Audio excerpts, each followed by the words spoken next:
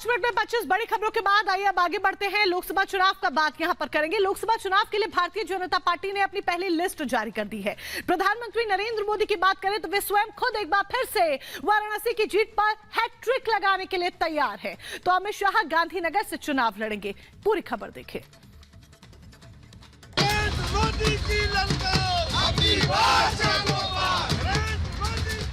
लोकसभा चुनाव के लिए भारतीय जनता पार्टी ने उम्मीदवारों की पहली लिस्ट जारी कर दी है। बीजेपी की पहली सूची में 195 उम्मीदवारों के नाम शामिल हैं। प्रधानमंत्री मोदी एक बार फिर वाराणसी सीट से उम्मीदवार हैं। पीएम मोदी वाराणसी से इस बार जीत की हैट्रिक लगाएंगे। बीजेपी की पहली सूची जारी होने पर पीएम मोदी ने ट्वीट कर काशी की जनता का आभार जताया। 2024 का रण जीतने के लिए बीजेपी ने अमित शाह, राजनाथ सिंह, ज्योतिरादित्य सिंधिया और शिवराज जैसे दिग्गजों को मैदान में उतार दिया है। तो वहीं कई युवा चेहरों को भी टिकट दिया है और बता दिया है कि नाम नहीं काम से खिलेगा कमल। 195 में उम्मीदवारों के नाम हैं, उसमें 28 हमारी मातृशक्ति है।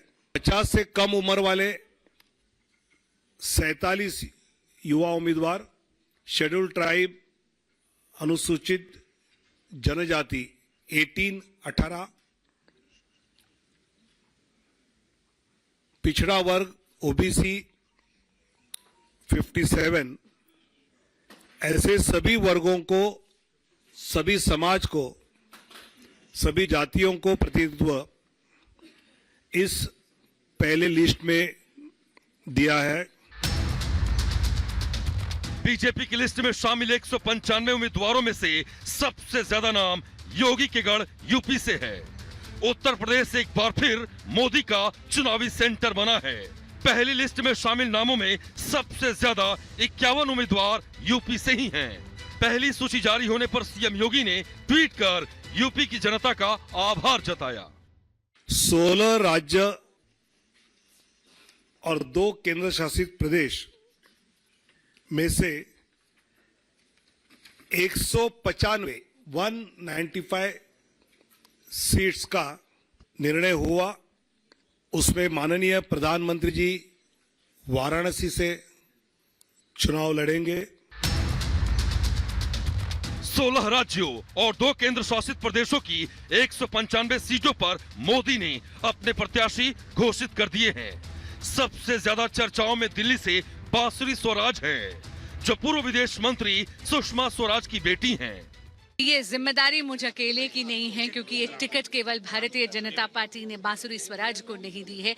ये नई दिल्ली संसदीय क्षेत्र से प्रत्येक भाजपा के कार्यकर्ता की टिकट है। और मैं आपको बताऊं, मैं बहुत ज्यादा कृतज्ञ महसूस कर रही हूँ और आभार व्यक्त करती हूँ हमारे यशस्वी प्रधानमंत्री श्री नरेंद्र मोदी जी का, हमारे माननीय गृह मंत्री अमित शाह जी का, हमारे राष्ट्रीय अध्यक्ष माननीय जेपी नड्डा जी का। नतमस्तक होकर मतदाता के समक्ष जाऊंगी और कहूंगी, मोदी की गारंटी पे वोट दो, क्योंकि मोदी की गारंटी पूरी होने की गारंटी है। और इसीलिए अब की बार 400 पार, फिर एक बार मोदी सरकार। अगर दिल्ली की बात करें तो बीजेपी ने दिल्ली की 7 सीटों में से 5 सीटों पर उम्मीदवारों का ऐलान कर दिया है। नई दिल्ली सीट से बांसुरी स्वराज, चांदनी चौक सीट से प्रवीण खंडेलवाल, उत्तर पूर्व से मनोज तिवारी, दक्षिणी दिल्ली से रामवीर सिंह विधुड़ी को बीजेपी ने अपना उम्मीदवार बनाया है। इसके साथ ही कमलजीत शेहरावत को पश्चिमी दिल्ली से टिकट दिया गया है। हम पूरा विश्वास दिलाते हैं कि जो विश्वास पार्टी ने दिया है, हम उस विश्वास पर खरा उतरने का प्रयास करेंगे। पहले हम 56% वोटों से जीते थे। इस बार हमारी कोशिश रहे कि हम दिल्ली की 7 सीटें, लगभग 60% वोट बीजेपी को पड़े। हम इसके लिए प्रार्थना करेंगे और हम सफल करेंगे प्रार्थना। सूची में कई मौजूदा सांसदों और मंत्रियों के टिकट कटे हैं। इसके साथ ही पार्टी ने कई नए चेहरों पर भी दांव खेला है। सबसे पहले वो नाम देखिए जिन्हें इस बार पार्टी ने बाहर का रास्ता दिखा दिया है। भोपाल से साध्वी प्रज्ञा, पश्चिमी दिल्ली प्रवेश वर्मा, नई दिल्ली मीनाक्षी लेखी, चांदनी चौक से डॉक्टर हर्षवर्धन, दक्षिणी दिल्ली से रमेश बिधूड़ी। बीजेपी की पहली लिस्ट आने के बाद उम्मीदवारों में खुशी का माहौल है। गोरखपुर से टिकट फाइनल होने के बाद सांसद रवि किशन गोरखपुर मंदिर पहुंचकर पूजा अर्चना की। तो वहीं बंगाल की हुगली सीट से लॉकेट चटर्जी को उम्मीदवार बनाया गया है। संगठन ने मुझे दूसरी बार काशी के बाद जो सबसे हॉट सीट है, ये पूज्य महाराज जी की सीट है गोरखपुर, यहाँ से मुझे दोबारा मौका दिया। मैं पूरा अपने संगठन को यशस्वी प्रधानमंत्री मोदी जी के इस भरोसे को कायम रखूंगा। दिन रात जैसे 5 साल मेहनत करता रहा, सदन हो या सड़क हो गोरखपुर की, हर जगह मैं पाया गया और मैं उसी को कायम रखूंगा।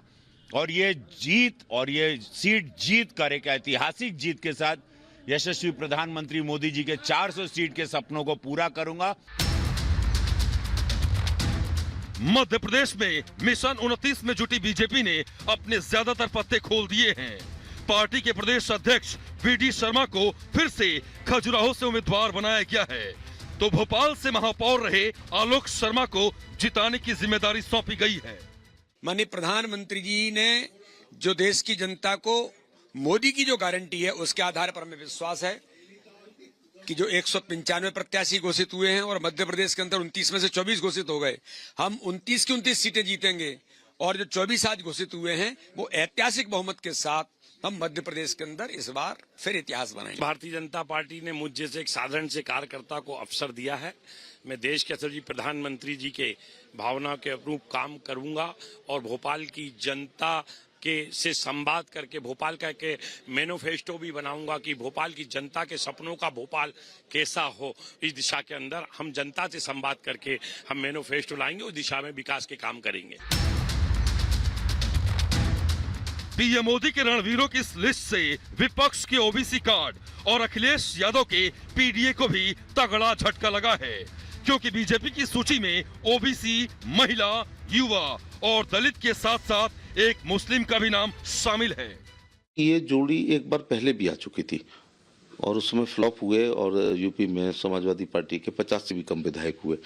तो काट की हड्डियां बार बार नहीं चढ़ती है। ये सिद्धांत विहीन और नेतृत्वहीन एक मौका परस्ती का गठबंधन है जो चल नहीं पाएगा। और ऐसे गठबंधन, ऐसे विवाह हनीमून से पहले ही तलाक हो जाते हैं। भारतीय जनता पार्टी ने लिस्ट जारी की है, अब उन सांसदों को अपना रिपोर्ट कार्ड भी जारी करना चाहिए।